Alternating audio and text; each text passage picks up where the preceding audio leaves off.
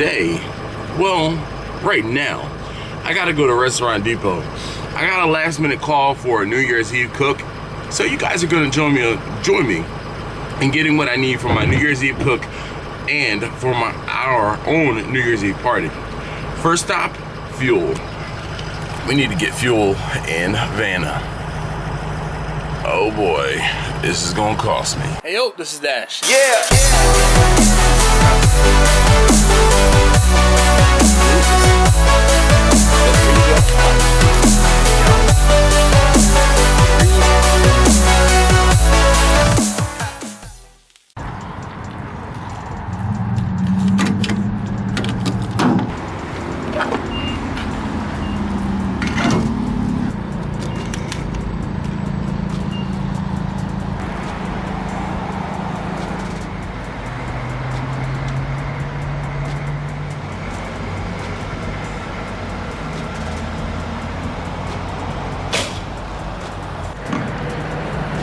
Alright, so I hope you guys can see down there, but I've told you before about how I fill my vehicles up to the top, because with diesel it foams. So there's that foam I'm talking about, and if you just click off or leave when the fuel clicks the first time, you're losing out on the ability to fill your tank. Now every vehicle is different, of course, but in my Passat and of course in the E350, I can fill it all the way up to the lip, and I pull the fuel all the way up to the very top. So it takes me a few more minutes to get filled up, but this few more minutes to get filled up in my Passat is like another 50, 60 miles. Same thing with my van. When you saw the click the first time, it was at like 27 gallons. So just trickling in more fuel obviously gives me more fuel, give me more range. But once I pulled it all the way to the top, I'll show you how much extra fuel I was able to get into the tank. And it just takes maybe another 5 or 10 minutes. All right, final number, 32 gallons, right? And hopefully you can see the fuel pulled all the way up to the lip. And I think, if I remember correctly, I think it stopped. The first click was at 27 gallons. So you figure 5 gallons, 5 additional gallons. Even if you figure those 5 gallons are at, let's say 12 or 13 miles per gallon, 5 gallons times 12 or 13, that's another 50, 60 miles easy. So anyway, time to get to the restaurant depot rather. I figured before I forgot and before I took off. So you guys might be wondering what kind of range I get out of Vanna. So on this particular tank, I have gone 545 miles. So easily able to get 600 miles, 600 plus miles out of the tank. This tank was one of the, I did run down to Richmond. I ran down to Richmond and up to Northern Maryland with the pinball machine. So I don't think I put out that second video or a second video, but I did put out the first one where I went up to PA and then down to Richmond.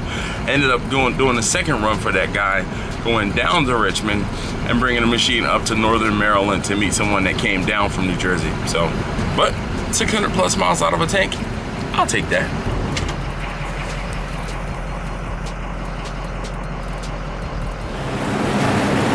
All right, so I've showed you guys inside of this is the refrigerator section, but one of the things that makes it difficult is usually there's music playing when I come in here. So right now, there's no music. We can look around. We got produce over here on the left, more produce on the right. We got meat up in here. So this is where like, and this is how this store is set up, but this is like bulk pork. So I need to come over.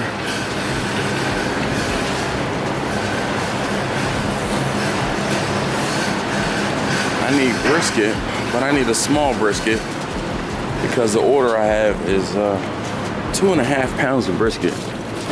So we're gonna try to find a tiny one. There's a 9.5, there's 9.13. That'll fit the bill. So I needed brisket, I needed baby backs, and I'm gonna do something a little different today. I'm gonna do pork cushion as opposed to shoulder.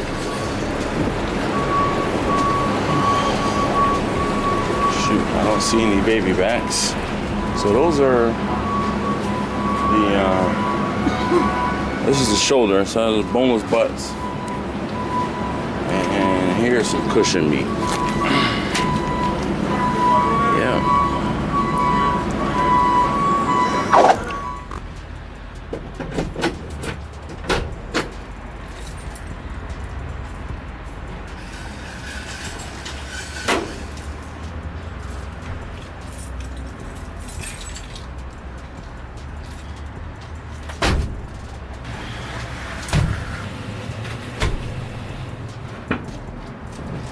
Okay, so Restaurant Depot run complete.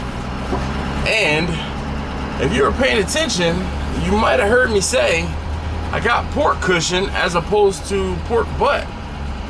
So I had been, there was one time I came over here and I couldn't find shoulder, like they were out of the butts. And I don't like the picnics because of the big old bone. So I prefer boneless butts. Okay, so the shoulder, but the butt, not the picnic. So I picked up a pork cushion and it worked out. So this particular cook, this guy called me up and he said, oh, I was looking for some good barbecue and I found your website and I really want to just try a bunch of stuff. Okay. So he says, he said, he said, what are your minimums? And I said, well, you got 2.5 pound minimum for brisket, 2.5 pound minimum for pork shoulder. I said a 2-rack minimum for baby backs and a chicken. He said, all right, I'll take all of that. I'm like, great. Most of the time when you get pork shoulder, you get them in like a 15-pound pack. Again, he wants 2.5 pounds. Yo, you can do the math. 50% of 15 pounds is 7. What I'm gonna do with the rest of this? So I said, you know what? I'm gonna get pork cushion and get a smaller pork cushion, and hopefully there won't be as much waste. Same thing with the brisket I got. You guys saw, I got a very small brisket. That brisket I have is like 9 pounds. So I'll be able to give him his 2.5 pounds, and it probably won't take me anything to sell the rest of it. I know a guy, he's chomping at the bit for brisket. Anytime I get any extra, he's willing to come to me or I can take it to him. He's not very far away, so that works. But all of those things being said, I will pick this up in when? I think later tonight or early tomorrow morning. Today is actually Saturday. Tomorrow is Sunday. New Year's Eve is Monday. So I'm cooking Saturday into Sunday or Sunday morning, you know, early, so I can have it done. Because I think I made mention of it too. We're having a New Year's Eve party at my house. So a gathering, family gathering, everybody's coming down and over. So we're hosting. That being said, I gotta get out the kitchen so my wife doesn't fuss at me. You guys know what I'm talking about, right? Either way, I'll pick this up in another, well, when I'm out of the smoker. Day 2. Okay, so it is the next day, and I've already taken the liberty of going ahead and getting Bessie fired up. So we see even temperatures, and let's take a gander down in here, and we're gonna need to add some more wood in there, but you guys know how I do. I get the smoker started, I get it heated up. Now I'm gonna give it a good cleaning or clean it again before I put my food in there, and then we're gonna see what it does. So if you haven't or don't know, this is Bessie. Bessie, say hi, Bessie. Yeah, she's a little shy. Anyway, Bessie is my workhorse. Me and Bessie, we go back like, you know, peas and carrots. So I've had Bessie now for, it is almost 2019. So almost 4.5, almost, yeah, 4.5, maybe almost 5 years. But, so here she is again in all of her glory. And I'm gonna go ahead and just get the pressure washer and get the grates cleaned off really well. So, let me show you guys. So, she's pretty clean from the last time I cooked on her with her, but I just want to get some of this residual stuff that it just doesn't come off until it's like dried out and dried on, and then you get it heated up again. So let me go ahead and get this cleaned out. I'll be right back.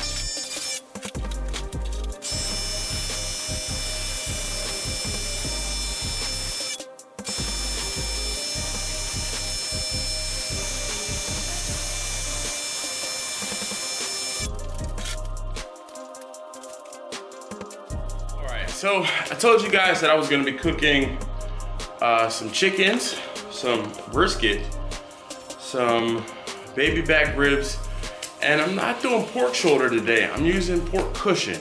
And the cushion, from what I understand, comes from a muscle close to the pork shoulder, just a little less fat, so I'm gonna have to be careful with it. I don't wanna dry it out. So I'm gonna go ahead and get the smoker loaded. Oh, first things first, put a piece of foil down.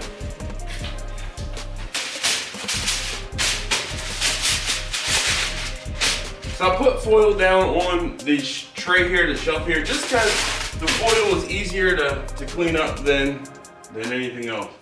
So let's get this out and let's get everything loaded.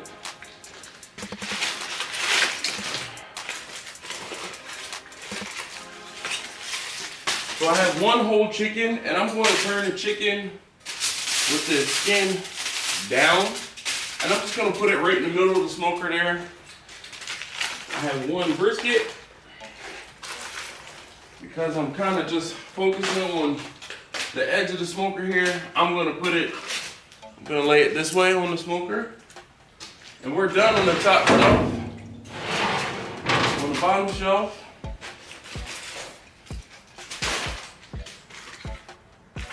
let's get the pork cushion out first. And here's the cushion. If you've never seen a pork cushion before, this pork cushion I got from the Restaurant Depot, it came in a pack. There was 4 cushions like this, or 4 pieces of meat like this. So, like I said, I'm gonna treat them like small pork shoulder, like small butts. So, but there's no bone in it. So, like I said, I'm just gonna put it in here, and we're gonna cook it. I'm gonna cook it the same way I would a pork shoulder. I have cooked pork cushion in the past, and it really wasn't much difference. I just treated it just like pork shoulder. And last but not least, I have my baby back ribs.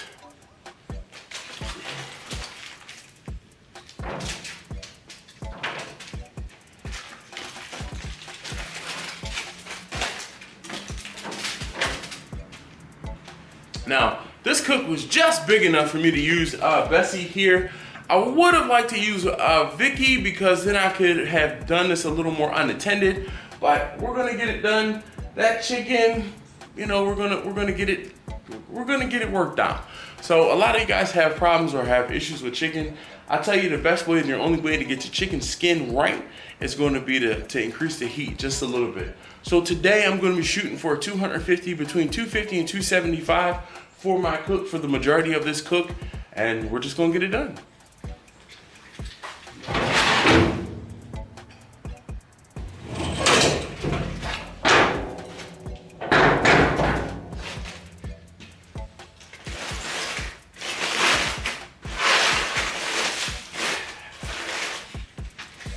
I wish I had it made. I don't.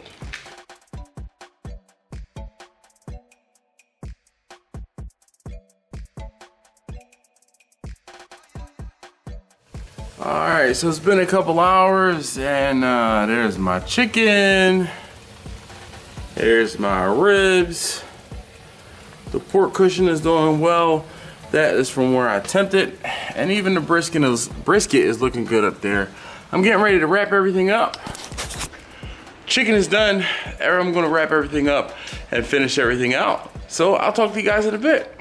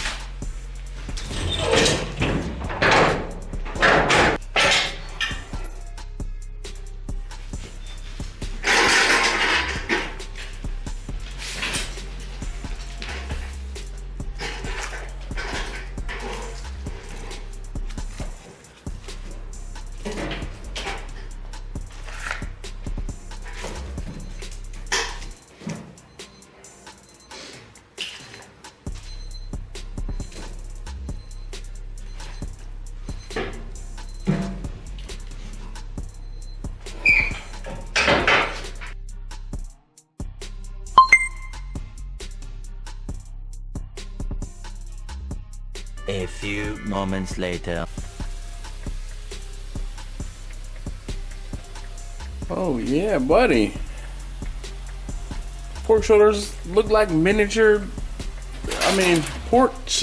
cushion look like miniature pork shoulders. And there's this teeny brisket I had.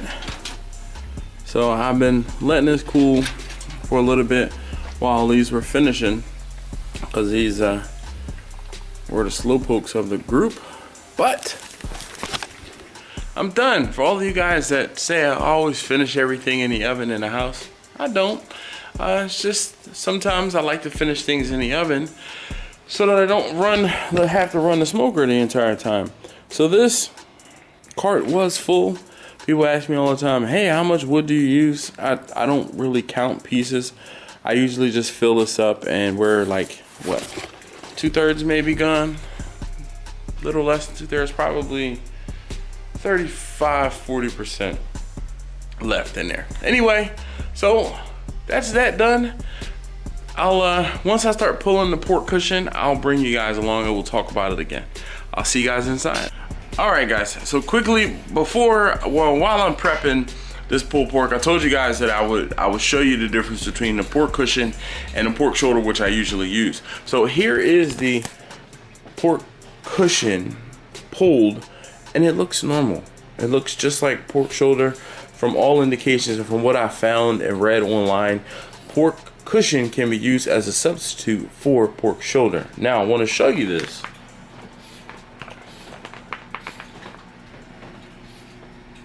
That says 6 pounds 2 ounces. I'm sorry, it's kind of under the shadow of the pan, but I started with 9.5 pounds of pork cushion. I have a little over 6 pounds of the cushion left after cooking. That's a better yield than I usually get with a pork shoulder with the butts. So, and then one last thing I wanted to show you. This is the pan in which everything came out of. In this pan, there's far less fat in here. This is majority juices from the actual cushion, and this I will be more prone to put back into here, as opposed to when I use the pork shoulder, I usually don't pour the juices back into the pan because it's probably like 50 to 60% of it is just fat. So I'm happy with how this turned out. Will I probably be using this more often? Doubt it. Just you know, fat equals flavor. I know. But anyway, I just wanted to show you my results, so I will talk to you guys a little later. Okay, and what are you gonna say? Make sure you subscribe. Okay. Give a thumbs up. Alright, so let's try this again. It's subscribe. Make sure you subscribe. Make sure you give a thumbs up if you like. Bye. Alright, so that was my daughter. She always wants to help whenever she catches me filming the video. So just like she said, if you haven't already, please do subscribe. If you like what you saw, if you learned something, please leave me a thumbs up down below. And leave a comment, if you have any other questions. And I'll see you next time.